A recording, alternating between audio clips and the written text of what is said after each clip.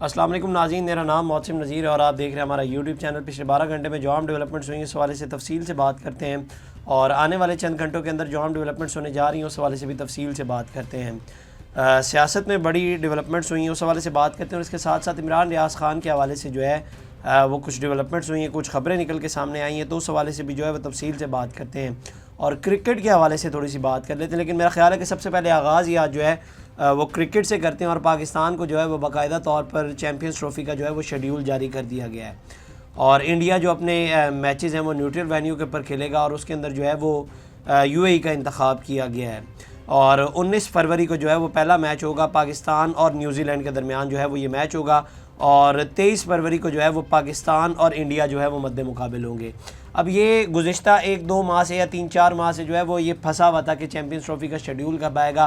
पहले तो इंडिया की कोशिश थी कि चैम्पियंस ट्रॉफ़ी जो है वो पाकिस्तान से वैसे ही इसकी जो नुमाइंदगी है वो ले ली जाए, लेकिन एट दी एंड पाकिस्तान को इसकी नुमाइंदगी मिली, लेकिन इस बिना के ऊपर मिली, लेकिन वो हाइब्रिड मॉडल के ऊपर जो है वो चैम्पियंस ट्रॉफ़ी अब होगी। इंडिया अपने तमाम तर मैचेस जो है वो न्यूट्रल वेन्यू के ऊपर खेलेगा। अगर सेमीफाइनल्स या फाइनल्स में इंडिया जाती है तो वो भी जो है वो न्यूट्रल वेन्यू पर होगा। आप इससे अंदाज़ा लगाएं, सिर्फ इनकी हटदर्मी का अंदाज़ा लगाएं। एक चीज़ आपको नहीं पसंद, अगर आप अपने आप को उधर कंफर्टेबल नहीं समझ रहे तो आप ना खेलें चुप करके, लेकिन सिर्फ आपकी वजह से बाकी जो 7-8 टीमें हैं उनको भी जो है वो मुश्किलात का सामना होगा, सिर्फ आपकी वजह से। अक्सर इन टूर के दौरान जो है वो प्लेयर्स जब इतना ट्रैवल करते हैं तो वो अक्सर थक जाते हैं। अब सिर्फ इस वजह से, सिर्फ भारत की हटदर्मी की वजह से जो है वो न्यूट्रल वेन्यू के ऊपर जो दीगर मैचेस जो भारत के होंगे वो सारे न्यूट्रल वेन्यू के ऊपर होंगे और जितनी भी टीम्स पाकिस्तान के अंदर होंगी उनको ट्रैवल करके जो है वो यूएई या दुबई जाना पड़ेगा।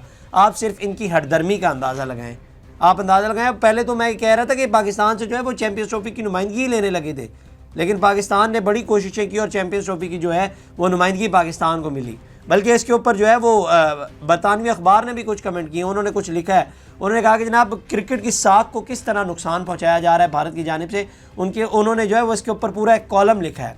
उन्होंने कहा है कि जनाब आईसीसी इवेंट्स में भारतीय मफादात के लिए खेलों की साख को नुकसान पहुँचाने का सिलसिला जारी। रिपोर्ट में कहा गया है कि क्रिकेट में भारतीय असर और रसूख की मिसाल किसी और खेल में नहीं मिलती कि एक मुल्क भारत अपनी ताकत से दूसरे मुल्क पाकिस्तान को फाइनल की मेज़बानी से रोक रहा है, जिस पर पहले ही इत्तफाक कर लिया गया था।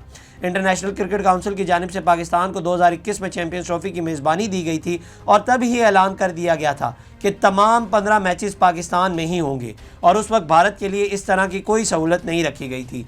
जब चैम्पियंस ट्रॉफ़ी का जो है वो ऐलान किया गया था उस वक्त ये हाइब्रिड मॉडल बीच में नहीं रखा गया था। ये हाइब्रिड मॉडल का मसला इंडिया ने जो है वो बाद में बनाया। उस वक्त यही था कि इंडिया जो है वो भी उम्मीद थी, क्योंकि जिस तरह से जो है वो मामलात और ताल्लुकात बन रहे थे और पाकिस्तान ने जो है वो वर्ल्ड कप जाकर इंडिया के अंदर खेला था, लग यही रहा था कि जब पाकिस्तान में कोई आईसीसी का इवेंट आएगा तो इंडिया भी जो है वो पाकिस्तान आएगी, लेकिन आपको पता है कि वो फिर इंडिया है। उसके बाद उन्होंने कहा कि जनाब अहम हैरानकुन तौर पर सिर्फ भारत को फ़ायदा पहुँचाने के लिए मेगा इवेंट से सिर्फ 2 माह कबल पूरे टूर्नामेंट को दोबारा से शेड्यूल किया गया और पाकिस्तान को हाइब्रिड मॉडल पर रजामंद किया गया। आप अंदाज़ा लगाएं कि ये हकीकत है, पूरे टूर्नामेंट को दोबारा रीशेड्यूल करना पड़ा है। रिपोर्ट में बताया गया कि पाकिस्तान में शेड्यूल चैम्पियंस ट्रॉफ़ी 2025 के फाइनल के 2 वेन्यू होंगे और इस दौरान भारत अपने तमाम मैचेस मुत्तहिदा अरब इमारात में खेलेगा और फाइनल लाहौर में खेला जाएगा। लेकिन भारत अगर फाइनल में पहुँचता है तो ये मैच लाहौर के बजाय यूएई में खेला जाएगा। सिर्फ एक भारत की वजह से जो है वो फाइनल का मैच जो है वो अगर इंडिया पहुंचता है, अब मेरा तो ये ख्याल है कि पाकिस्तानी जितने भी होंगे वो ये दुआ कर रहे होंगे कि ये चैम्पियंस ट्रॉफ़ी में जो है वो सेमीफाइनल या फाइनल तक ना पहुंचे, क्योंकि इनकी वजह से जो है वो पूरा एक वेन्यू दोबारा जो है वो यूएई शिफ्ट करना पड़ेगा। आगे लिखते हैं कि जनाब हैरानकुन तौर पर 4 मार्च यानी मेगा इवेंट के फाइनल से सिर्फ 4 दिन पहले तक भी किसी टीम को पता नहीं होगा कि फ़ाइनल कहाँ खेला जाएगा। उन्होंने कहा कि जनाब वो जितनी भी टीमें यहाँ पर मौजूद होंगी उनको ये नहीं पता होगा कि वो लोग फाइनल कहाँ पे खेलेंगे, पाकिस्तान के अंदर खेलेंगे या यूएई के अंदर खेलेंगे। रिपोर्ट के मुताबिक लाहौर चैम्पियंस ट्रॉफ़ी के फाइनल की मेज़बानी के लिए भरपूर तैयारियाँ कर रहा है और पाकिस्तान में 1996 के बाद होने वाला या किसी भी आईसीसी इवेंट का फ़ाइनल होगा। लेकिन शायकीन क्रिकेट मुंतज़िर इस बात से लाइल्म है कि फ़ाइनल लाहौर में होगा भी या नहीं। वो मैं आपको पहले ही बता चुका हूँ कि अगर तो चैम्पियंस ट्रॉफ़ी के सेमीफाइनल और फाइनल हुए तो वो लाहौर या कराची के अंदर होंगे, अगर ना हुए भारत पहुँचता है तो वो जो है वो दुबई के अंदर या यूएई के अंदर जो है वो उनका इनेकाद किया जाएगा। आप अंदाज़ा लगाएं 1996 के बाद पहली बार जो है वो पाकिस्तान एक आईसीसी के इवेंट का जो है वो होस्ट बनने जा रहा है और फाइनल का एहतमाम करने जा रहा है और सिर्फ भारत की हटदर्मी की वजह से इनको जो है वो अब सब कुछ दोबारा से रीशेड्यूल करना पड़ा है, और अगर ऐसा होता है तो इनको जो है वो उधर शिफ्ट भी करना पड़ेगा। इसके अलावा चैंपियंस ट्रॉफी में शामिल दीगर 60 टीमों को भी इस हवाले से कोई मालूमात नहीं है वो अपने नॉकआउट मैचेस कहाँ खेलेंगी। ताहम सिर्फ भारत जानता है कि वो राउंड मैचेस, नॉकआउट, सेमीफाइनल और फाइनल कहाँ खेलेगा। भारत के अलावा और कोई टीम नहीं जानती कि वो अपने तमाम मैचेस बाकी के कहाँ खेलेगा नॉकआउट। रिपोर्ट के मुताबिक ऐसा पहली बार नहीं हुआ कि आईसीसी इवेंट में भारतीय मफादात के लिए खेल की साख को कुर्बान किया गया। और 2019 के वर्ल्ड कप में भारत ने इब्तदाई 8 मैचेस नहीं खेले थे, जबकि उनकी मुखालिफ टीम जनूबी अफ्रीका अपना तीसरा मैच खेल रही थी।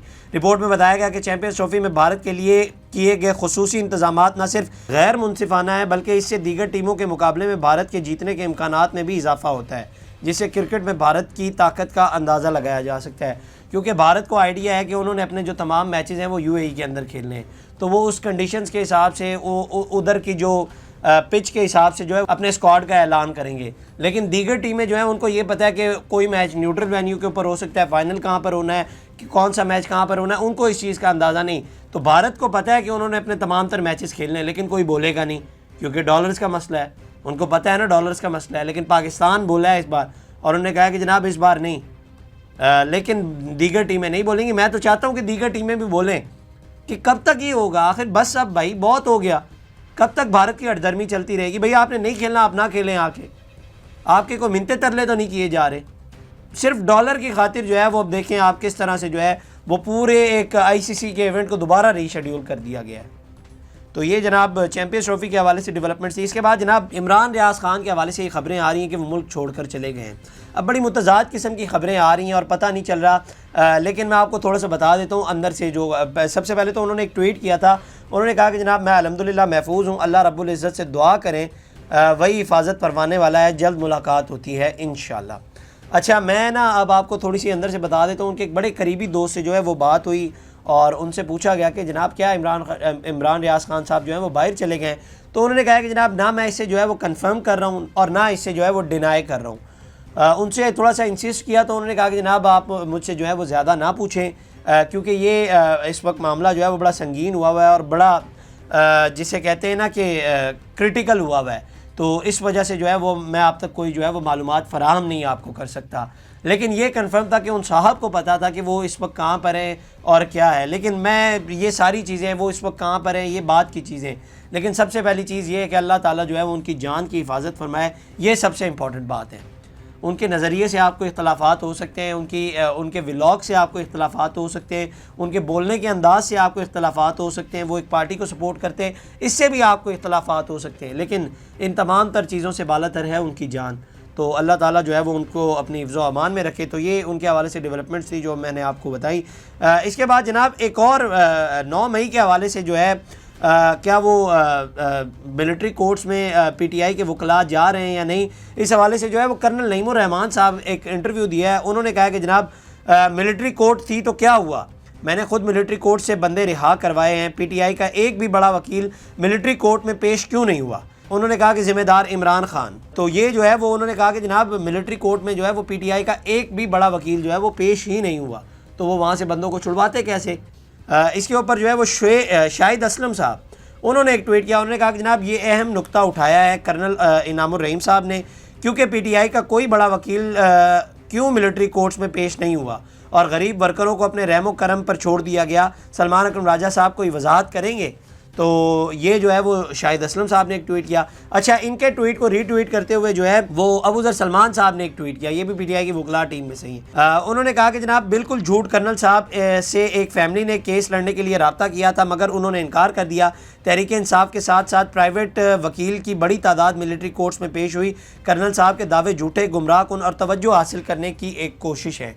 तो ये जो है वो इसके ऊपर अबूजर सलमान साहब ने ट्वीट किया। अच्छा, इसके ऊपर फिर सलमान अकरम राजा साहब ने भी एक ट्वीट किया। उन्होंने कहा कि जनाब कर्नल साहब को मिलिट्री कोर्ट में वकालत मुबारक, हम मिलिट्री कोर्ट को अदालत नहीं मानते, पार्टी की सतह पर पेश होकर गैर आइनी अमल को मुअत्तबर क्यों करते, ताहम ख़ानदानों को काबिल वकला की बेसूद मुआवनत हासिल थी। तो ये जो है वो उन्होंने कहा कि जनाब हम जब उनको मानते ही नहीं हैं तो हम जो है वो वहाँ पर पेश क्यों होते हैं। तो आप लोग तो जो है वो 26वें आईनी तरमीम को भी नहीं मानते और उससे जो चीफ जस्टिस बने आप तो उनको भी नहीं मानते और जो आईनी बेंच बने उनको भी नहीं मानते, फिर आप वहाँ पे क्यों पेश होते हैं, फिर ये भी सवाल है ना। तो फवाद चौधरी साहब ने बल्कि इसके ऊपर एक ट्वीट किया। उन्होंने कहा कि जनाब दिल बेईमान हुज्जत गुजार इस हुकूमत को नहीं मानते लेकिन मुज़ाकरात में बैठते हैं।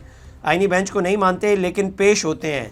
सीधी बात है, गरीब वर्कर हैं, पैसे देने के हैं नहीं, इन साहिबान ने कहाँ पेश होना है। तो वही बात जो मैंने आपको बताई कि आप लोग तो जो है वो 26वीं आईनी तरमीम को भी नहीं मानते लेकिन आप पेश होते हैं। आप तो जो है वो हुकूमत को भी नहीं मानते लेकिन मुज़ाकरात उनसे कर रहे हैं। और तो फिर यहाँ पे भी आप लोगों को पेश हो जाना चाहिए था। मिलिट्री कोर्ट में जो सीधी बात है जो कर्नल साहब ने की है वो ये कह रहे हैं कि जनाब इनका कोई बड़ा वकील वहाँ पे पेश ही नहीं हुआ। तो ये जनाब अब तक की डेवलपमेंट्स थी। अगली वीडियो में आपसे दोबारा मुलाकात करेंगे। अल्लाह निगहबान। इस तरह की और वीडियोस देखने के लिए सब्सक्राइब कीजिए हमारा चैनल और देखते रहिए PSPKG न्यूज़।